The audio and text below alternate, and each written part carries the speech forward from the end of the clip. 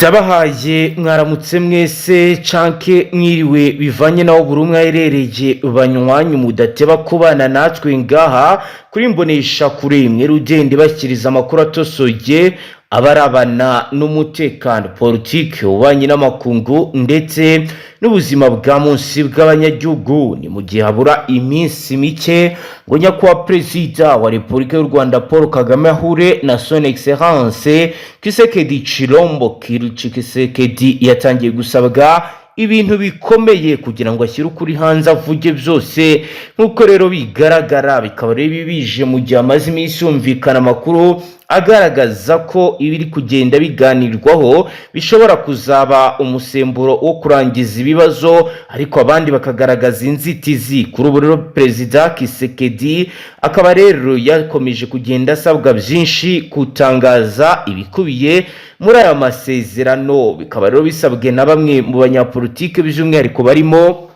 Martin Fayulu utavuga rumwe n'ubutegetsi bwe. Reka turebe ibyo Martin Fayulu asaba Tshisekedi ndetse nuko abona ko ibi bigomba gukorwa. Tubahaye ikaze, tubasabe rero mukomeze mubane natwe kuri wowe ukurikiye bwa mbere utushiyo ndasabone ntuzongere gucika ukundi n'amakuru ndetse n'ibiganiro tubashyikiriza ngaha byibanda cyane ku mutekano politike ubanye n'amakungu ndetse n'ubuzima bwa munsi bw'abanyagihugu. N'umunyapolitike Martin Fayulu utavuga rumwe n'ubutegetsi bwa Repubulika Iharanira Demokarasi ya Kongo urangajwe imbere na Son Excellence Felix Antoine Tshisekedi Tshilombo yamusabye guhishura akabwira abanyekongo bikubiye mu masezerano y'amahoro yitegura gusinyana na mugenzi we Paul Kagame w'u Rwanda. Nta gihindutse abakuru b'ibihugu byombi bazahurira Washington DC ku igenekerezo rya 4 z'ukwezi kwa 12 2025 aho bagomba kwakirwa na Donald Trump perezida wa Leta Zunze Ubumwe za Amerika. Tshisekedi ubwo yaganiraga n'abanyekongo baba i Belgrade muri Serbia yemeje ko azitabira umuhango wo kwemeza amasezerano igihugu cye cyasinye n'u Rwanda. Fayulu utavuga rumwe n'ubutegetsi bwe abinyujije ku rubuga rwa X yamusabye guhishurira abanyekongo ibikubiye mu masezerano azasinywa. Ati turabwira bwana Tshisekedi abanyekongo bafite uburenganzira bwo kumenya ibikubiye bya nyabyo mu mushinga w'amasezerano ateganya gusinyana na bwana Kagame i Washington.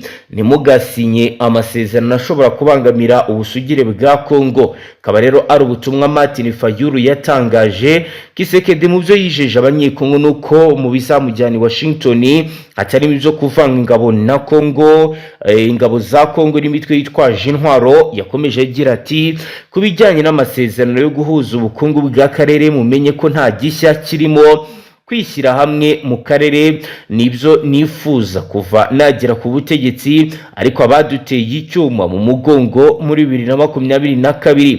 Tshisekedi kandi yashimangiye ko gushyira mu bikorwa aya masezerano igihugu cye cyasinyanye n'u Rwanda bivuze kubaha ubusugire bw'igihugu cye. Ibyo avuze ko bigomba kujyana no kuvana ingabo z'u Rwanda ku butaka bwa Kongo no kugarura icyizere hagati y'ibihugu byombi. Yunzemo ko ubucuruzi mu karere budashobora kubaho nta mahoro, ndetse ko ibi bigomba kugarura icyizere nk'uko rero yabivuze ubwo yari ari muri Serbia aganira n'abanyekongo babayo.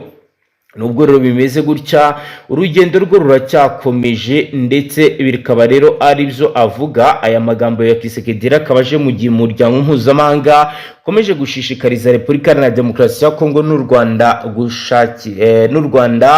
gushakira hamwe umuti urambye w'ikibazo cy'umutekano muke bimaze igihe muri aka karere by'umwihariko mu burasirazuba bwa Kongo, ahantu umubano wa Kigali na Kinshasa ukomeje kuzamo agatotsi bigenda byiyongera. Kuba rero ari kimwe mu bibazo bikomeje kuba byagaragara, bamwe rero bakabona ko mu gihe ibyo bakemeranya bizashyirwa mu bikorwa bizaba inzira nziza yo gutuma ibiri mu burasirazuba bwa Repubulika ya Demokarasi ya Kongo by'umutekano muke bihagarara, kandi bikaba rero bikomeje kugenda bivugwa kandi binemezwa ko ibi bizatanga umusaruro. Hagati aho rero Washington guza Perezida Tshisekedi ndetse na Kagame mu bihe bitoroshye. Inama rero ikaba yitezwe ko izaba ku itariki ya 4 z'ukwezi kwa 12 hagati ya Perezida w'u Rwanda ndetse n'uwa Repubulika ya Demokarasi ya Kongo.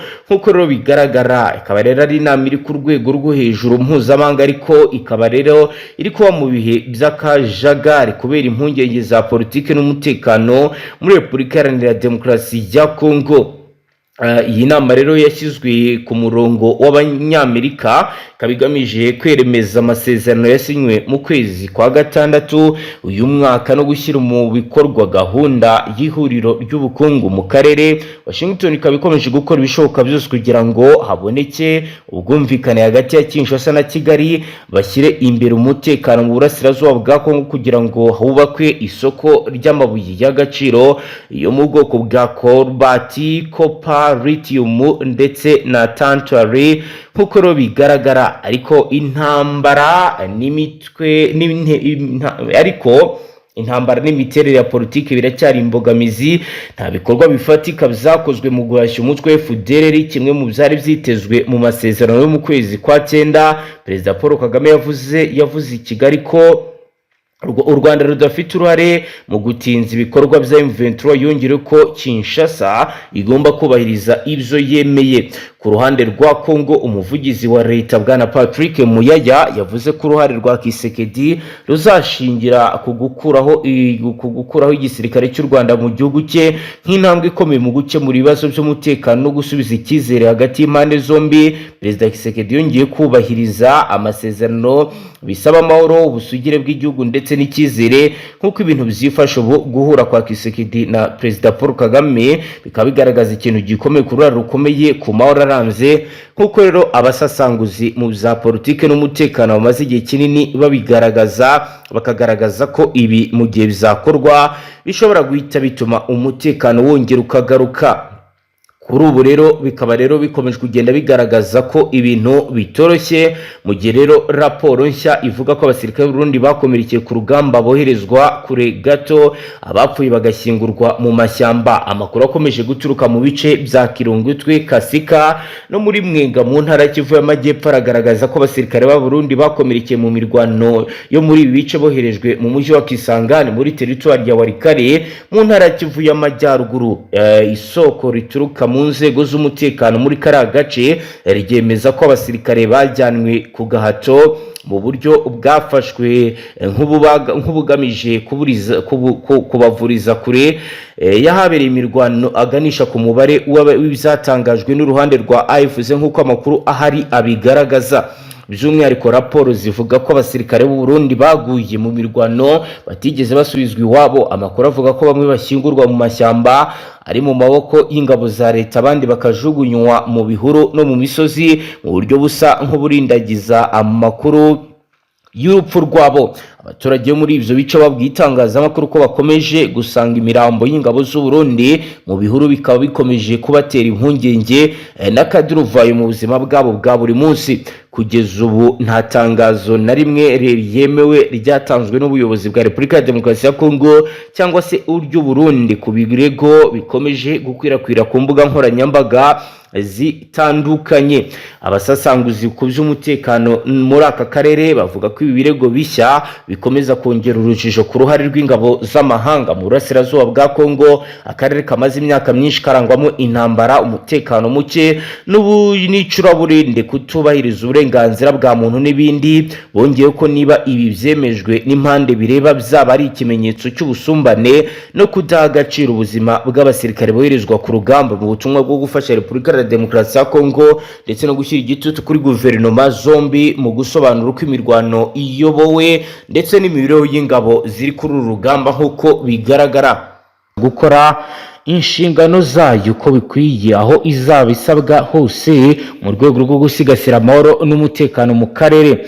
Iyi mvugo ya FDNB iza mu gihe akarere ka Minembwe kari mu bibazo bikomeye by'umutekano byakomeje gutuma abaturage mu myaka myinshi ishize benshi muri bo bakomeje kuba mu bwigunge no guhohoterwa mu buryo butandukanye. Amakuru aravuga ko FDNB yashyize ahagaragara ahashobora kugira ingaruka zikomeye ku makuru yari amaze iminsi acicikana ku mbuga ngurukanabumenyi, ndetse akubahiriza ihame ko impande zose zigomba kuvanwa mu gihe haba habayeho ibirego nk'ibi ngibi. Iri tangazo rya FDNB rirashaka gushyira ahagaragara ukuri ku bikorwa by'ingabo z'u Burundi muri Kongo, rinasobanura ibivugwa mu bice bitandukanye bya Minembwe, mu gihe impande zitandukanye zikomeje kugaragaza ibitekerezo binyuranye. Abaturage b'uburenganzira bwa muntu, inzego za diplomasi n'itangazamakuru bikomeje kubangamirwa no gukurikirana iki kibazo no kubuza impande zombi kugira aho zihagarara kugira ngo habashe kuba ishusho y'ukuri itagaragara. Ni bikomeje no kugenda mu gihe kandi kuri ubu ngubu andi makuru ahari ari kugaragaza ibyo leta ya Kongo ishyize imbere ndetse n'ibigomba kuba. Turababwira ko leta ya Repubulika Iharanira Demokarasi ya Kongo yamaze gusaba umuryango wa SADC kuyifasha gushyira igitutu ku Rwanda kugira ngo rubashe gucyura ingabo zabwo zivuga ko ziri kuri ubu butaka bw'iki gihugu. Kinshasa yatanze ubutumwa biciye muri perezida mushya w'inteko nshingamategeko yayo Aime Boji Sangara, ubwo yari ari mu nama y'ihuriro ya komite nshingabikorwa y'inteko nshingamategeko y'umuryango wa SADC yabereye Durban muri Afurika y'Epfo. Uyu yagaragaje ko kuva amakimbirane hagati ya leta ya Kongo n'u Rwanda yatangira, igihugu cye cyakunze kugaragaza ubushake bwo kuyakemura biciye mu biganiro by'u Rwanda, ibya Nairobi n'ibya Washington ndetse n'ibya Doha. Kinshasa imaze igihe kinini igirana n'umutwe w'M23 w'ibiganiro ivuga ko ibi bigomba kuba bizarangira kandi neza. Ku itariki ya 15 z'ukwezi kwa 11 impande zombi zashyize umukono ku mahame shingiro azazifasha guhagarika intambara imaze imyaka 4 izihanganishije. Aime Boje yavuze ko nubwo habayeho isinywa ryari amahame agamije kugarura amahoro n'umutekano mu gihugu mu bice yise ko bigenzurwa n'ingabo z'u Rwanda zifatanyije na AFC, hakigaragaramo ibikorwa bihunyura uburenganzira bwa muntu, ibyo avuga ko biterwa no kuba u Rwanda rudashyira mu bikorwa ibyo rwiyemeje.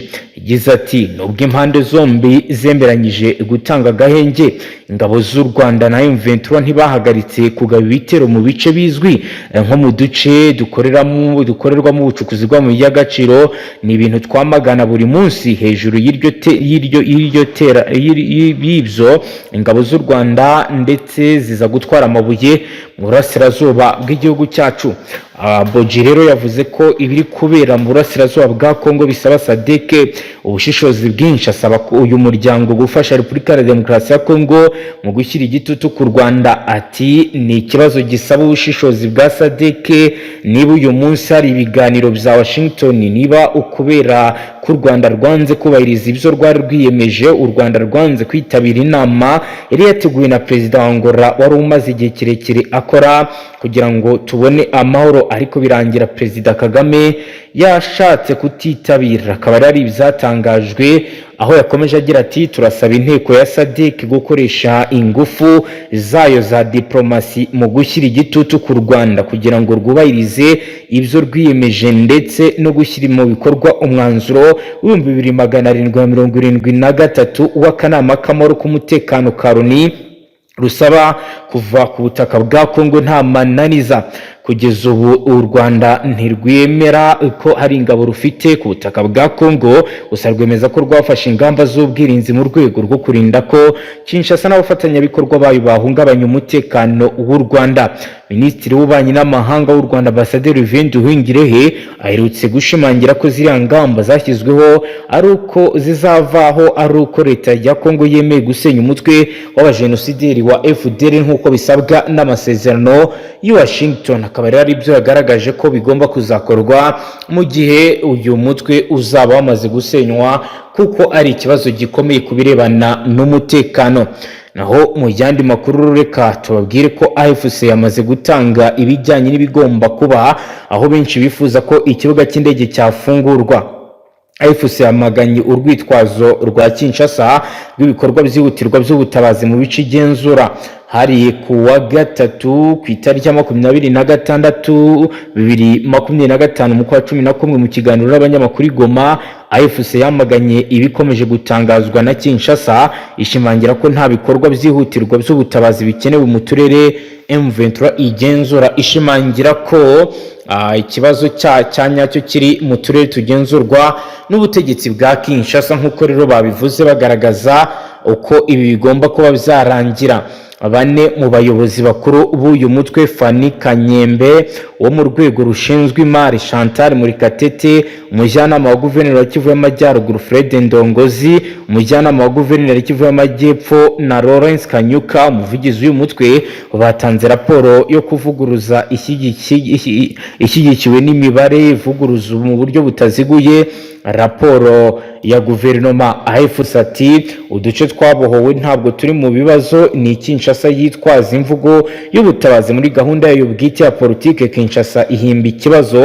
Abayobozi b'umutwe baramagana amakuru yo guca igikuba nkana turuka Kinshasa agamije gukomeza kugerageza ko hakenewe kugaragaza ko hakenewe ibikorwa by'ubutabazi byihutirwa ku nyungu za politike, cyane cyane mu bijyanye n'imicungire y'ibigo by'imari n'ikibuga cy'indege cya Goma. Kuba ubuyobozi bwa FCC izi mvugo ntabwo zishingiye kuri tere cyangwa se amakuru y'ubutabazi ahari, ukuri kwagenzurwa kwerekana ko ubutabazi bugira ku babugenewe hari umutekano ndetse n'urujya n'uruza mu bwisanzure butandukanye n'ibivugwa na leta, kuko nk'uko Chantal Murekatete yabivuga, yemeza ko imiryango itabara imbabare ikora nta nkomyi mu turere twa Masisi, Rucuru, Rubero ndetse na Nyiragongo. Imibare yatanzwe na Chantal Murekatete iravuga ko ubwayo ibigo 11 bya Loni n'imiryango itegamiye kuri leta mpuzamahanga 91 n'imiryango itegamiye kuri leta yo mu gihugu isaga 603 ikora buri munsi muri utwo turere kuva mu kwezi kwa kane. Abakozi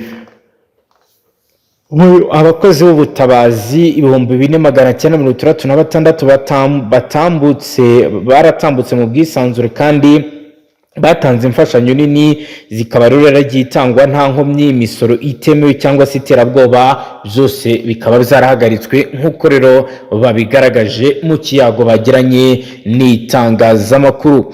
Nk'uko rero bikomeza kugenda bigaragara, ibyo bikaba byongera kuri ibi ni ukuri kwirengagijwe na Kinshasa, nk'uko bivuga nk'inzira zo ku butaka zitekanye, imihanda ikinguye, uruhererekane rw'imodoka zigenda mu mwuka mwiza ndetse nta kubangamirwa. Abayobozi bakuru ba AFC M23 baravuga ko kandi isubukurwa ry'ibikorwa by'ubukungu rigaragara, habayeho isezerano rya bariyeri zitemewe, guhuza imisoro, kubura kw'abambura abantu mu mihanda, gutembera mu bwisanzure byagarutse. Ashimangira ko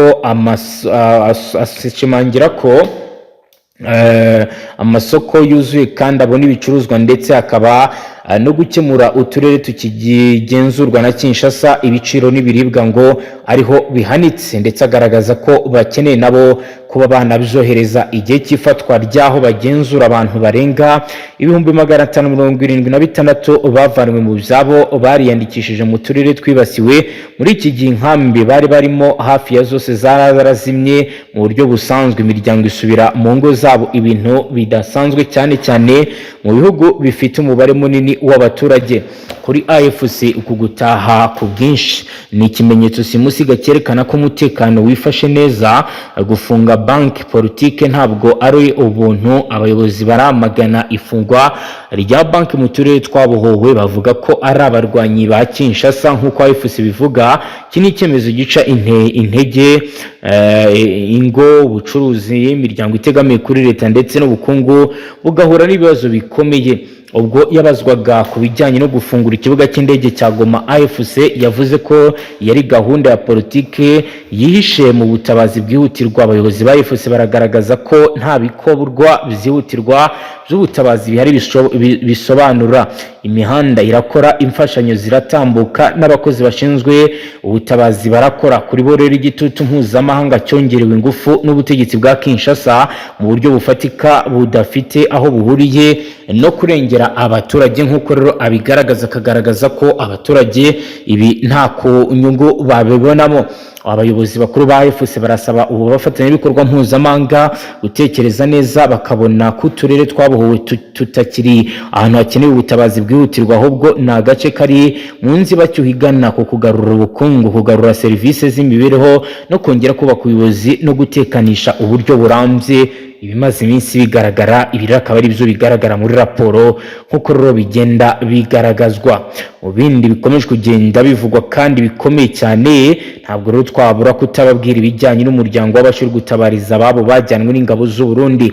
Aho rero umuryango w'Abashi ni umuryango ukorera mu misozi miremire y'Iminembwe, uri gutabariza abacuruzi babo bavuga ko bafatiwe mu gace kayitwa Murima muri teritwari ya Fizi n'ingabo z'u Burundi mbere yo kujyanwa ahantu hatazwi. Amakuru agera mu itangazamakuru ahamya ko aba bacuruzi bakomokaga mu bwoko bw'Abashi bafashwe n'ingabo z'u Burundi zibashinja gukorana n'Abanyamurenge cyane cyane mu bijyanye no kugeza ibicuruzwa mu bice bitandukanye birimo Minembwe ndetse na Mikenke. Umwe mu bayobozi b'uyu muryango w'Abashi tifuje ko amazina yatangazwa ku mvo z'umutekano aragira ati abantu barenze 10 aribo kugeza ubu bafashwe kandi hafi ya bose bacuruzaga kwa Murima. Ibiro bikaba bibaye mu gihe kuva mu kwezi kwa kabiri k'uyu mwaka ingabo z'u Burundi ziri mu bikorwa bya gisirikare muri Kivu y'Amajyepfo zafunze inzira zijyana ibicuruzwa mu duce twa Minembwe na Mikenke, bituma abacuruzi bari muri ibi bice bagorwa no kubona imari, ndetse n'abaturage batuye aha bakaba bagorwa bikomeye no kongera kubona ibyo bahaha. Kugeza ubu rero ingabo z'u Burundi nyinshi ziri kuri Poezero, kwa Murima n'ahandi henshi mu cyo hagati ndetse no ku Ndondo. Umuryango w'Abashi urasaba ko habaho kurekurwa nta gisabwe kuko bivugwa nta cyaha kigeze kibahama.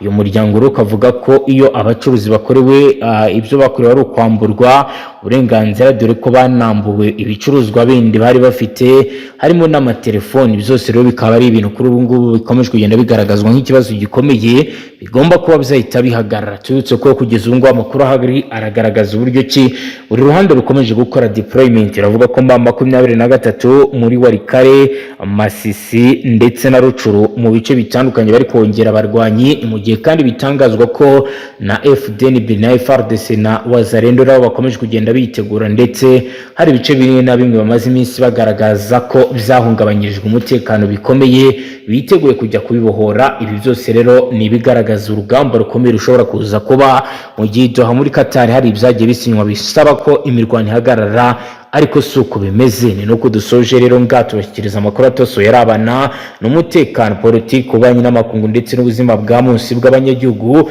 Kuri dukurikiye bwa mbere ushonde sabone ntuzongere gucika ukundi n'amakuru ndetse n'ibiganiro tubashyikiriza ngaha. Hasta la vista.